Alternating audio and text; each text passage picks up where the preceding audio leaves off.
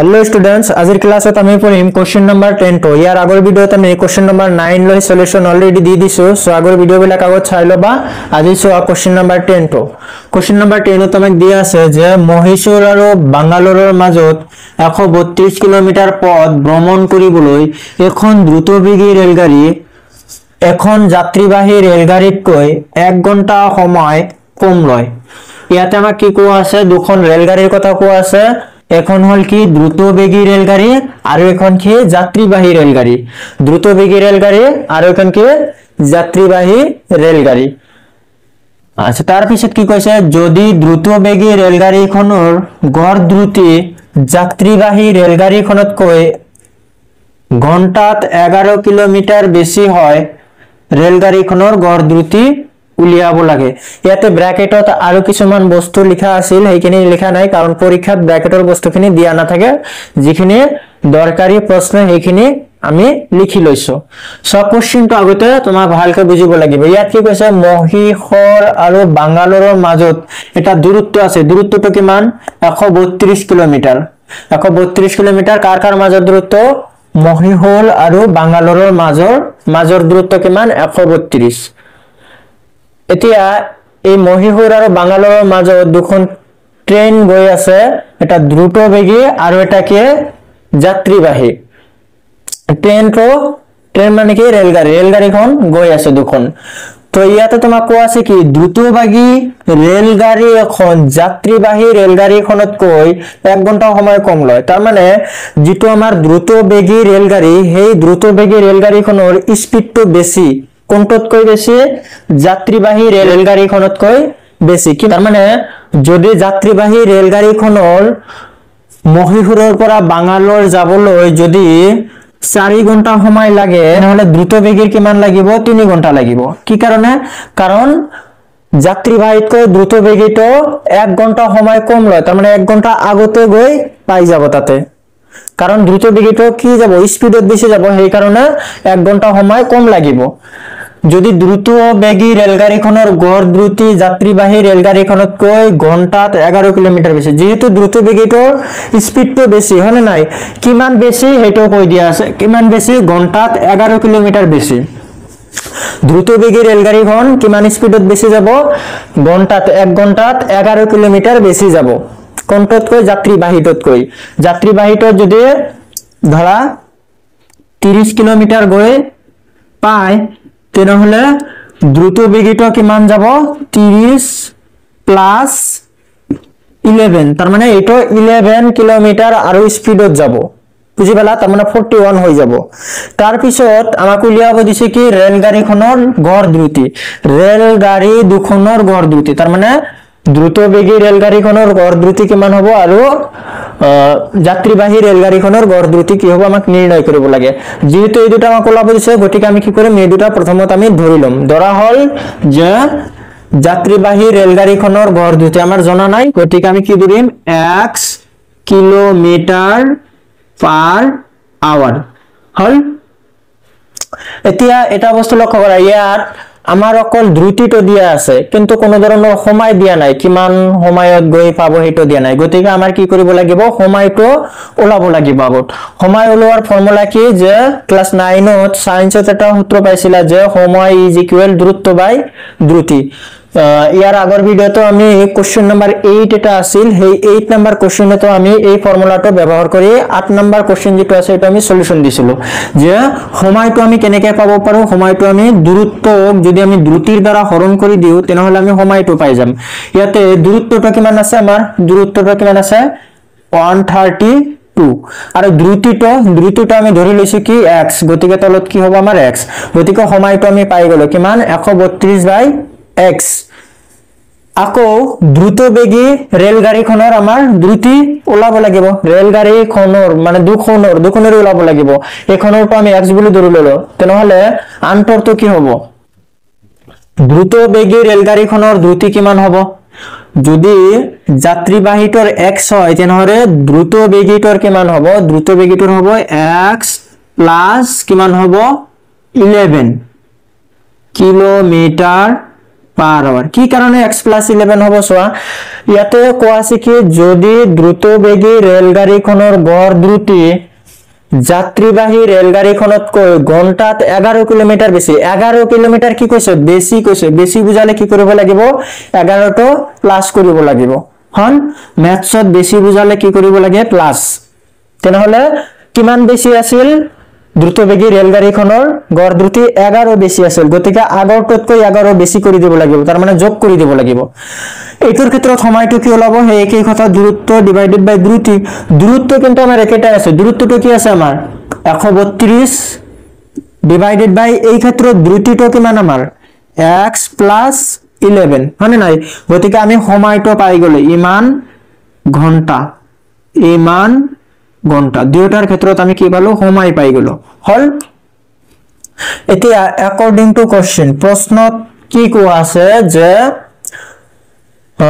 1 ঘন্টা সময় কম লয় হলে না ইয়াতে কোৱা আছে মহিহৰ আৰু বাংগালোৰৰ মাজত 132 কিলোমিটাৰ পথ ভ্ৰমণ কৰিবলৈ এখন দ্ৰুতবেগী ৰেলগাড়ী এখন যাত্ৰীবাহী ৰেলগাড়ীখনতকৈ 1 ঘন্টা সময় কম লব তাৰ মানে সময়টো আমাক তুলনা কৰিব কৈছে সময় কি পালো আমি 132 পালো ডিভাইডেড বাই x আৰু এটা কি পাইছো আমি 132 ডিভাইডেড বাই x প্লাস 11 এতিয়া সময়টো কম লাগিব কোনটোৰ ক্ষেত্ৰত কৈছে যাত্ৰীবাহী ৰেলগাড়ীখনতকৈ 1 ঘন্টা সময় কম লাগিব যাত্ৰীবাহী ৰেলগাড়ী কোনটো আছিল আমাৰ যাত্ৰীবাহী ৰেলগাড়ী এইটো আছিল এইটোৰ ক্ষেত্ৰত সময় কি আছিল আমাৰ 132 বাই x গতিকে এইটোৰ পৰা কি কৰিব লাগিব আমাৰ মাইনাস কৰিব লাগিব কি মাইনাস কৰিব লাগিব 1 ঘন্টা সময় মাইনাস কৰিব লাগিব 1 ঘন্টা মাইনাস কি কৈছে ইয়াতে 1 ঘন্টা সময় কম লাগিব কম মানে কি মাইনাস বেছি মানে কি প্লাস ইয়াতে 11 বেছি কৈছিল গতিকে 11 প্লাস কৰিছিল 1 ঘন্টা কম কৈছে গতিকে আমি 1 ঘন্টাটো মাইনাস কৰি দিলো হল ম্যাথছত বেছি বুজালে প্লাস আৰু কম বুজালে কি হ'ব মাইনাস তাৰ পিছত চোৱা এতিয়া আমি কি কৰিম এটো দ্বিঘাত সমীকৰণ বনাই দিম 132 বাই x এটো ইপিনে আহি কি হ'ব -132 divided by x plus 11 is equal -1 তো ইপিনে কই কি হ'ব প্লাস এটোৰ এলসিয়াম কি হ'ব x into x plus 11 হনে নাই দুটা পূৰণ কৰিব লাগিব এলসিয়াম তাৰ পিছত 132 ৰ লগত x পূৰণ কৰিলে কি হ'ব 132x তাৰ পিছত কি হ'ব প্লাস 11 ৰ লগত 132 পূৰণ কৰিলে কিমান হ'ব 132 পূৰণ 11 কিমান হ'ব 132 এক গড় ক্যান্সেল 132 2 5 4 1 1452 তাৰ পিছত এই x ৰ লগত এই 32 টো পূৰণ কৰিলে কি হ'ব আমাৰ 132 into x হৈ যাব মাজত মাইনাস আছিল মাইনাসটো দিব লাগিব ইজ ইকুয়াল টু কি 1 এতিয়া চোৱা ওপৰত 132 আৰু এটো 132 মাইনাসৰ গতিকে ক্যান্সেল যাব থাকিব কি 1452 তাৰ পিছত এটো পূৰণ কৰি দিয়া x into x কৰিলে কি হ'ব x স্কয়াৰ x ৰ লগত 11 পূৰণ কৰিলে কি হ'ব 11x is equal 1 ইয়াৰ পিছত আমি ওপৰত লিখি দিছো এইখিনি ৰবা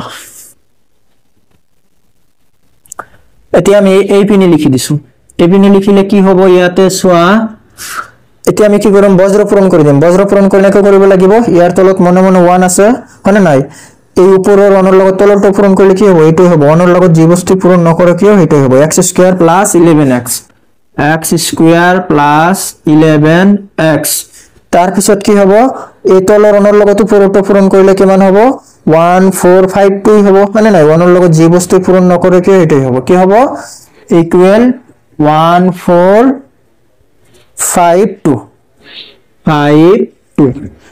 এতিয়া x স্কয়াৰ প্লাস 11x এটো ইপিনে লৈ আহা কি হ'ব -1452 ইকুৱেল 0 ইপিনে কি কাৰণে লৈ আহিম কাৰণ দ্বিঘাত সমীকৰণৰ লাষ্টত কি ৰাখিব লাগে 0 ৰাখিব লাগে প্ৰথমত 0 নাছিলে গতিকে 0 বনাই লিলো আমি হল তাৰ পিছত এটো আমি কি কৰিম উৎপাদক বিশ্লেষণ কৰি দিম হৈ যাব দ্বিঘাত সূত্ৰ প্ৰয়োগ কৰিলে হ'ব উৎপাদকত সহজ হয় এই কাৰণ উৎপাদক কৰি দিম উৎপাদক কৰিলে কি হ'ব ইয়াতে চোৱা ওপৰৰ আমি কোশ্চেন এইখিনি মোহাৰি দিছো এইখিনি সাইডত ৰাফ কৰিবা এইখিনি উপৰৰ কিনে এইখিনি কি হ'ব উৎপাদক কেনেকৈ কৰিব লাগে ফাৰ্ষ্টৰ কৰি লাষ্টৰটো পূৰণ কৰিব লাগে পূৰণ কৰিলে কি হ'ব আমাৰ এটাই হ'ব হয়নে নাই 1452 হ'ব পূৰণ কৰিলে হয়নে নাই কাৰণ অনৰ লগত এটো পূৰণ কৰিলে এটাই হ'ব আর কি এটো কার দ্বারা ভাগ যাব 2 এর দ্বারা ভাগ করে দেয়া 2 এর 7 গুণ 14 2 এর 2 গুণ 4 এক বাসিলে 2 এর 6 গুণ 12 2 এর 3 গুণ 6 এক বাসিলে 2 এর 6 গুণ 12 2 এর 3 গুণ 6 তার পিছত 3 এর দ্বারা দিয়া 3 এর 1 গুণ 3 3 এর 2 গুণ 6 3 এর 1 গুণ 3 তার পিছত 121 11 এর দ্বারা যাব 11 গুণ 121 এতিয়া মাজত কি আছে এটো চাব লাগিব মাজত কিমান আছে আমাৰ 11 আছে গতিকে এই সংখ্যা কেটা প্লাস বা মাইনাস কৰি কি হ'ব লাগিব আমাৰ 11 হ'ব লাগিব ইয়াত চোৱা কি কৰিম আমি 2 এৰ 2 গুণ 4 হ'ব 4 এৰ লগত এই 11 পূৰণ কৰিলে কিমান হ'ব 4 এৰ লগত 11 পূৰণ কৰিলে 44 হ'ব আমাৰ হয়নে নাই 44 তাৰ পিছত 3 এৰ লগত 11 টো পূৰণ কৰিলে কিমান হ'ব আমাৰ 33 গতিকে 33 পালো আৰু কি পালো 44 পালো 44 ৰ পৰা 33 মাইনাস কৰিলে কিমান থাকিব আমাৰ 11 থাকিব নহয় গতিকে 44 মাইনাস 33 কৰিলে কিমান থাকিব আমাৰ 11 থাকি যাব 4 minus 3 1 4 minus 3 1 মাজত 11 টো আছে না নাই গতিকে আমাৰ কি কৰিব লাগিব মাইনাস কৰিব লাগিব দ্যাট মিন্স আমাৰ 11 ক আমি 11 লিখি কি লিখিম আমি 44 minus 33 লিখিব লাগিব x স্কয়ার তার পিছত আমি কি লিখিম 11 টক 44 minus 33 কারণ 44 এর পৰা 33 মাইনাস কৰি 11 আহে আমাৰ হয়নে নাই into x minus 1452 is equal 0 ইয়াৰ পিছত চোৱা x স্কয়াৰ প্লাস 44 এৰ লগত x পূৰণ কৰিলে 44x হ'ব minus 33 এৰ লগত x পূৰণ কৰিলে minus 33x হ'ব তাৰ পিছত minus 1452 is equal 0 হল এটা কি কৰিম আমি কমন লম কমন এই দুটাৰ পৰা লব লাগে এই দুটাৰ পৰা বা কমন নালাগে হলে নাই সো কমন ললে কি হ'ব আমাৰ ইয়াতে কমন যাব কি আমাৰ x হলে নাই x ইয়াতে আছে মানে x মিল আছে মানে x কমন যাব ইয়াতে আৰু এটা x থাকিব কাৰণ দুটা আছিল এটাই কমন লৈছো প্লাস x কমন লৈছো x আৰু নাই ইয়াত থাকিব কি 44 মাইনাস এই দুটাৰ পৰা কি কমন যাব এই দুটাৰ পৰা ইমান ভাবিব নালাগে যেটো 33 তো হৰু সদায় হৰুটোৱে কমন যায় গতিকে 33 কমন যাবই লাগিব হল ব্র্যাকেটত থাকিব কি এইটো চাইছে ইয়াতে লিখি দিলে হৈ যাব x + 44 থাকিবই লাগিব এটো তাৰ মানে প্ৰথম ব্র্যাকেটত যেটো আহিব দ্বিতীয় ব্র্যাকেটত হেই একে বস্তু আহিব এতিয়া সয় এই দুটা বস্তু একেই আছে হয়নে নাই গতিকে দুটা মিলি আমি এটা লিখিম x + 44 এই দুটা মিলি এটা লিখিলো আৰু থাকিলে কি আমাৰ x minus 33 থাকিলে ইকুয়াল 0 x minus 33 এটো লিখা হৈছে এটা কি কৰিব লাগে নাও এইখিনি এবাৰ 0 ধৰিব লাগে এইখিনি এবাৰ 0 ধৰিব লাগে গতিকে x plus 44 equal 0 or x minus 33 equal 0 উৎপাদক কৰাৰ নিয়ম কি এটো উৎপাদকৰ নিয়ম এবাৰ এটো 0 এবাৰ এটো 0 ধৰিব লাগে মাজত আজ দিছে এটা মানে কি এটো মানে কি or নাইবা অথবা হল এটো কি হ'ব x equal plus 44 to minus 44 এটোৰ ভিতৰত x equal কি হ'ব minus 33 to plus or 33 হৈ যাব কাৰণ সাইড চেঞ্জ হলে কি হয় চিনটো চেঞ্জ হৈ যায় হনে নাই প্লাস থাকিলে মাইনাস মাইনাস থাকিলে প্লাস হয় হল এতিয়া x মানে আমি কি ধৰিছিল x মানে ধৰিছিল আমি কি যাত্ৰীবাহী ৰেলগাড়ীখনৰ দ্ৰুতি x গতিকে দ্ৰুতি তো ইয়াতে দুটা ওলাইছে এটা -44 এটা +33 মনত ৰাখিবা দ্ৰুতি কেতিয়াও মাইনাসৰ হ'ব নোৱাৰে যদিও মাইনাসৰ ওলাইছে গতিকে এটো আমি কি লিখিম অসম্ভৱ এটো হ'ব নোৱাৰে অসম্ভৱ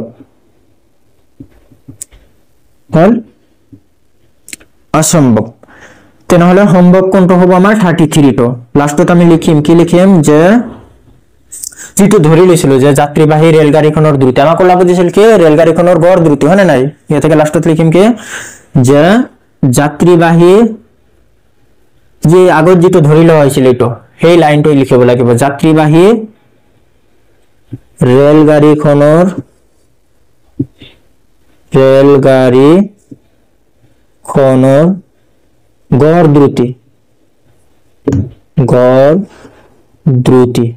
গড় দ্ৰুতি কিমান হ'ব আমাৰ আগত ধৰিছিল x কিলোমিটাৰ পাৰ আৱাৰ গতিকে এক্সিলাৰেটৰ নহয় কিমান হ'ব 33 কিলোমিটাৰ পাৰ আওয়াৰ এটু কি km পাৰ আওয়াৰ হল আৰু